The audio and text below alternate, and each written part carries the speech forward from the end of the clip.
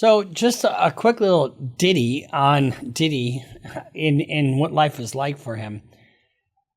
Prior to today, his heart was pounding.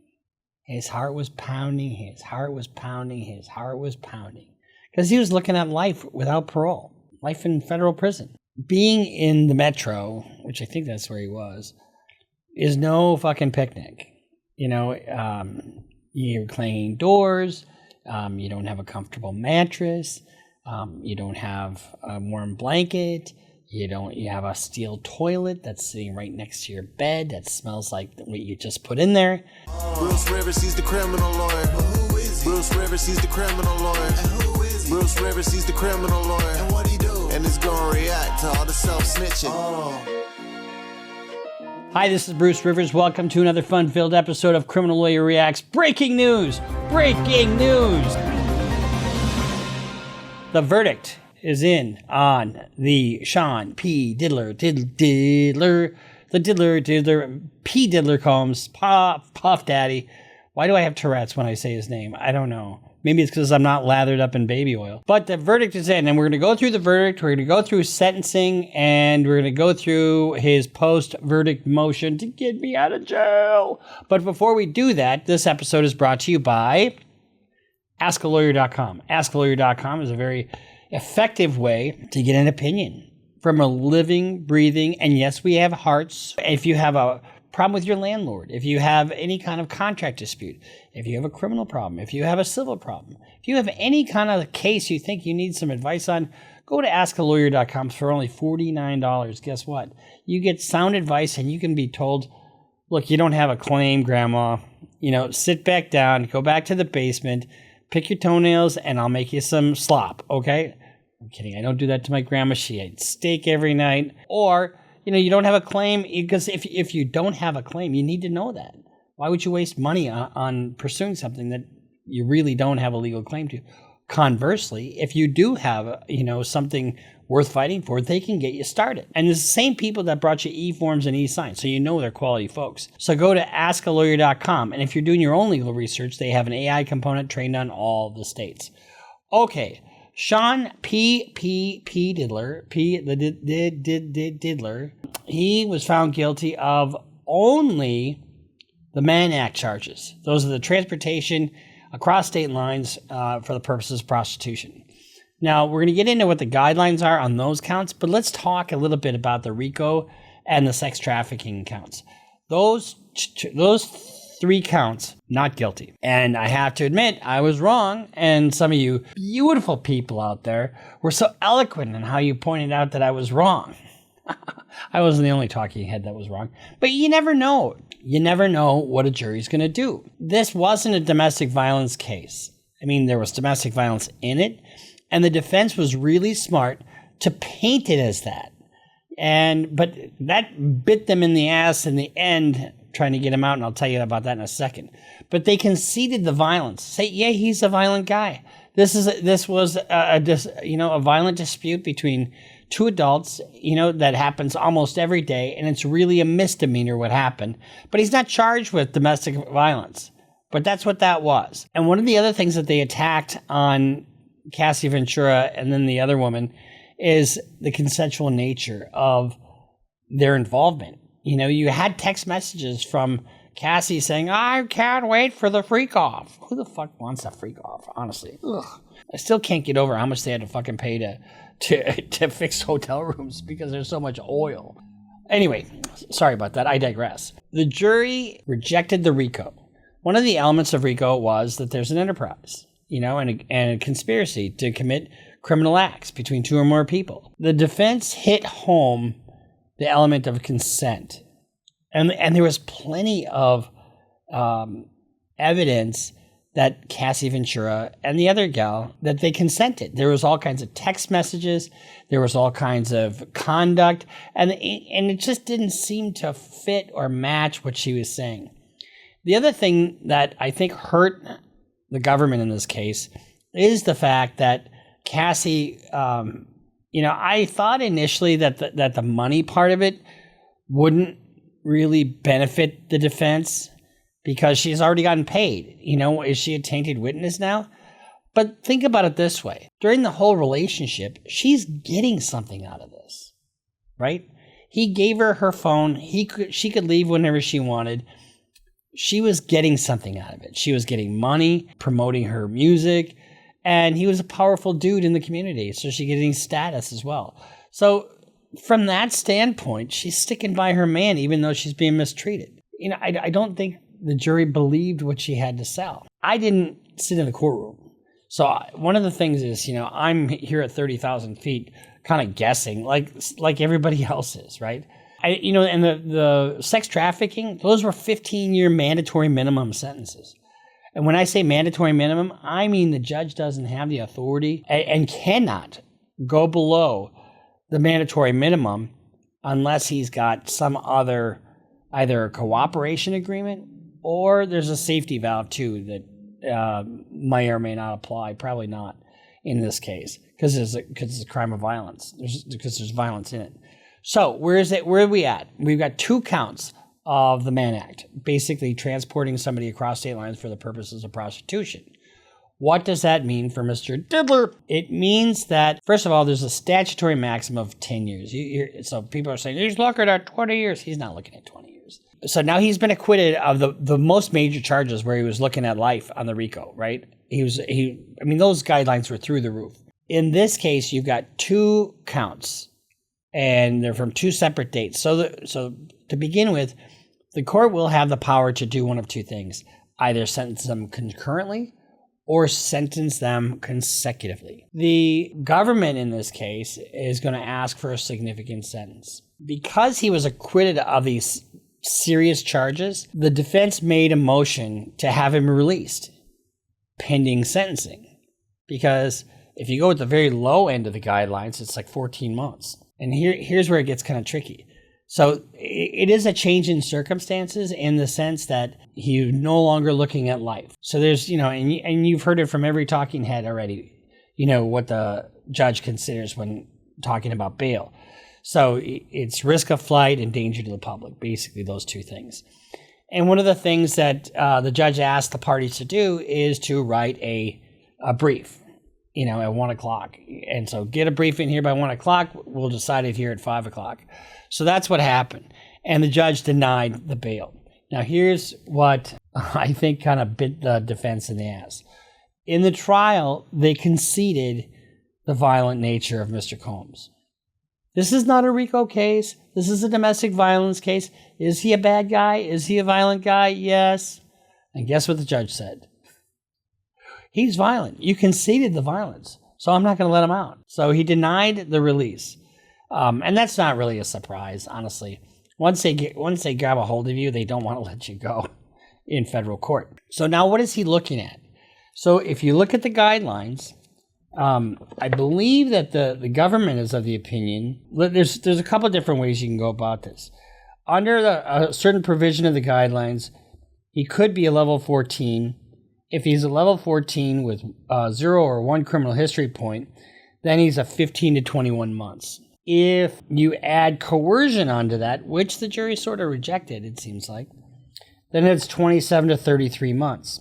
However, if you go with the other part of this, the guidelines, and this is what the government is doing, it's 51 to 63 months.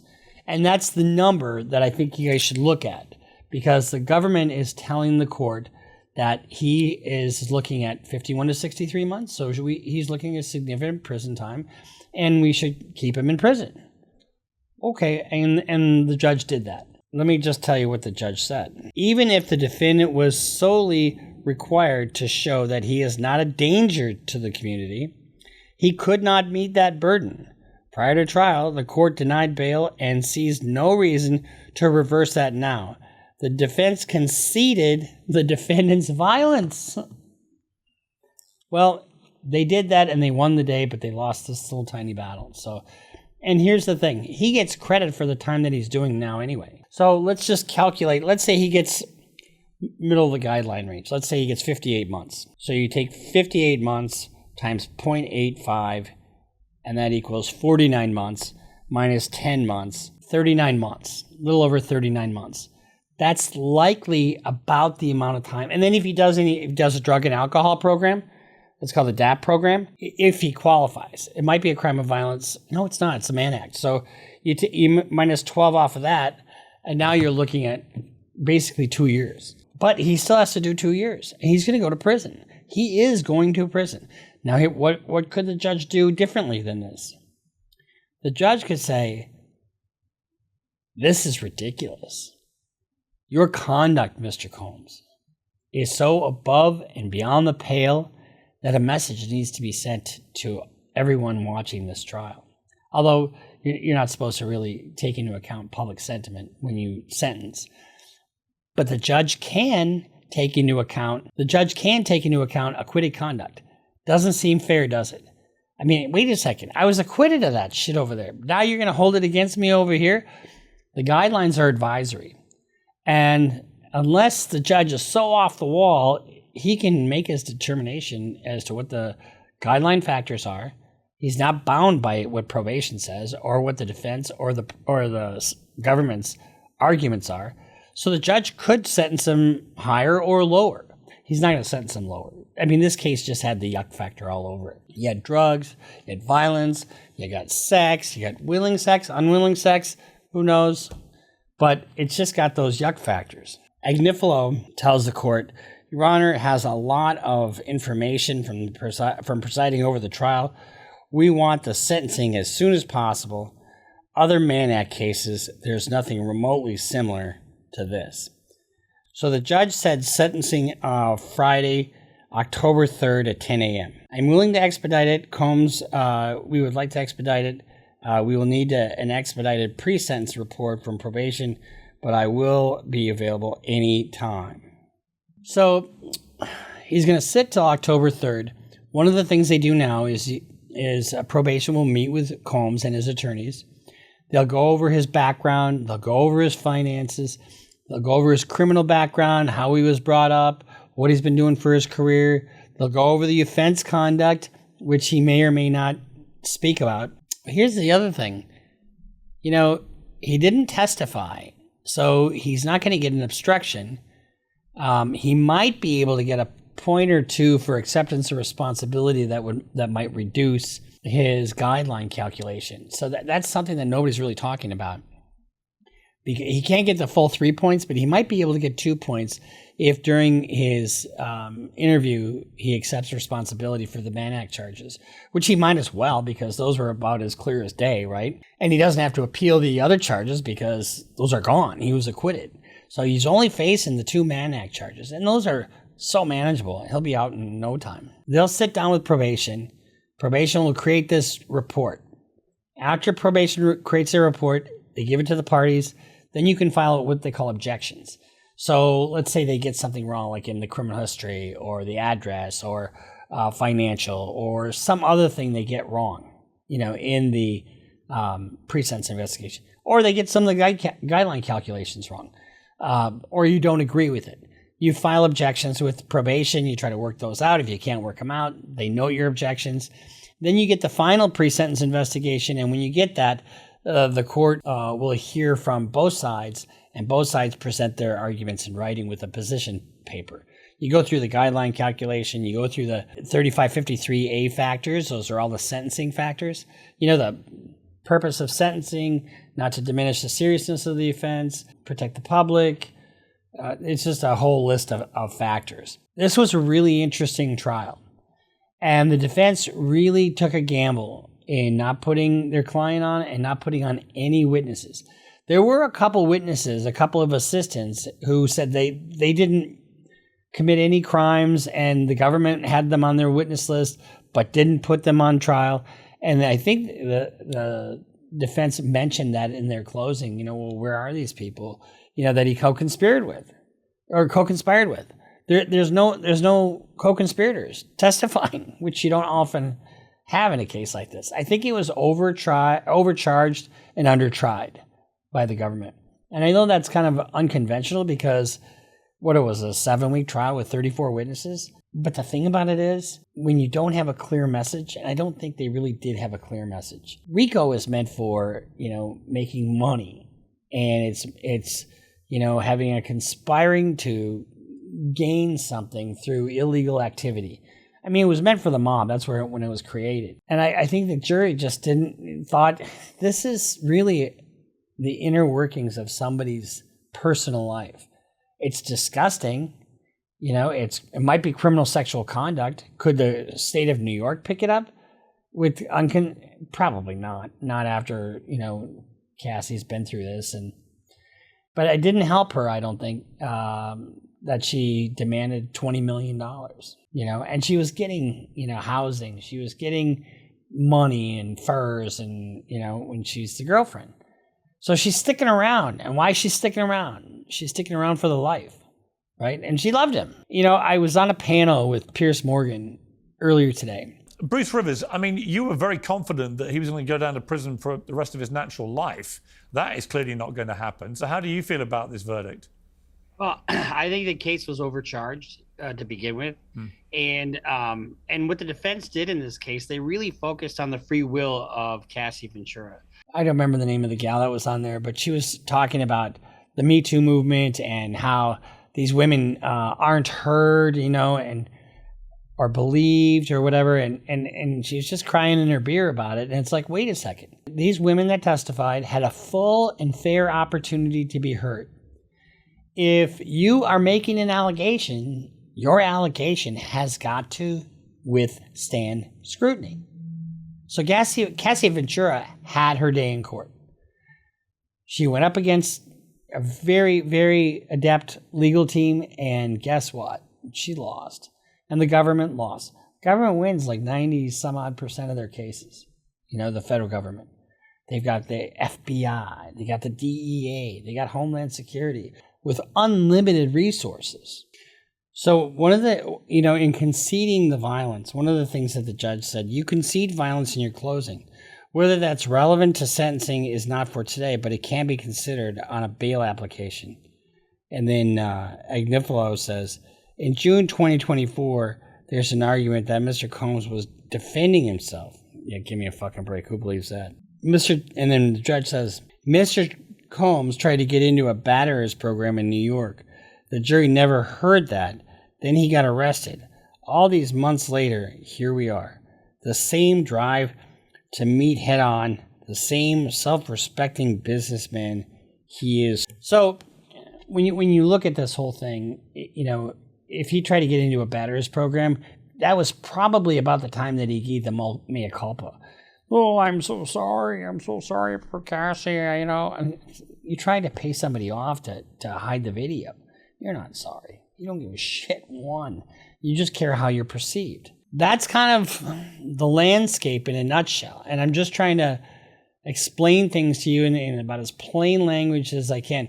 So one of the things when you can Google the federal sentencing guidelines. At the top, there's criminal history categories 1 through 6.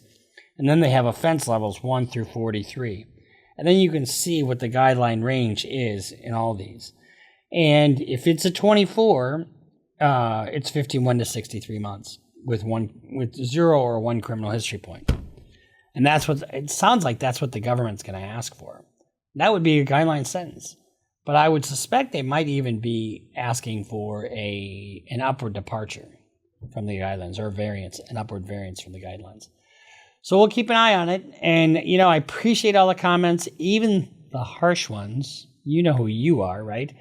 And, you know, I'm not right all the time. And, you know, nobody is. We take guesses on this stuff. You know, the RICO part of this is not that hard to prove. But it is designed for a different type of case. So these were personal habits of Mr. Combs, right? I mean, he wasn't in the business of sex trafficking. He wasn't in the business of lathering up a male prostitute and watching him fuck his girlfriend. So just a quick little ditty on Diddy in what life was like for him. Prior to today, his heart was pounding. His heart was pounding. His heart was pounding. His heart was pounding. Because he was looking at life without parole. Life in federal prison. Being in the metro, which I think that's where he was, is no fucking picnic. You know, you're clanging doors. You don't have a comfortable mattress. You don't have a warm blanket. You have a steel toilet that's sitting right next to your bed that smells like what you just put in there.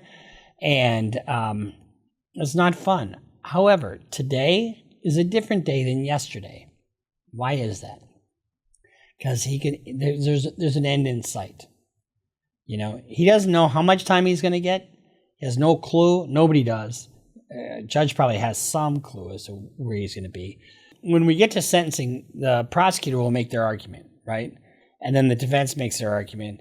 And then they'll have, they'll have victim impact. They may have victim impact on this. I'm not sure. And then Combs gets the final word. And then after that, the judge pronounces the sentence.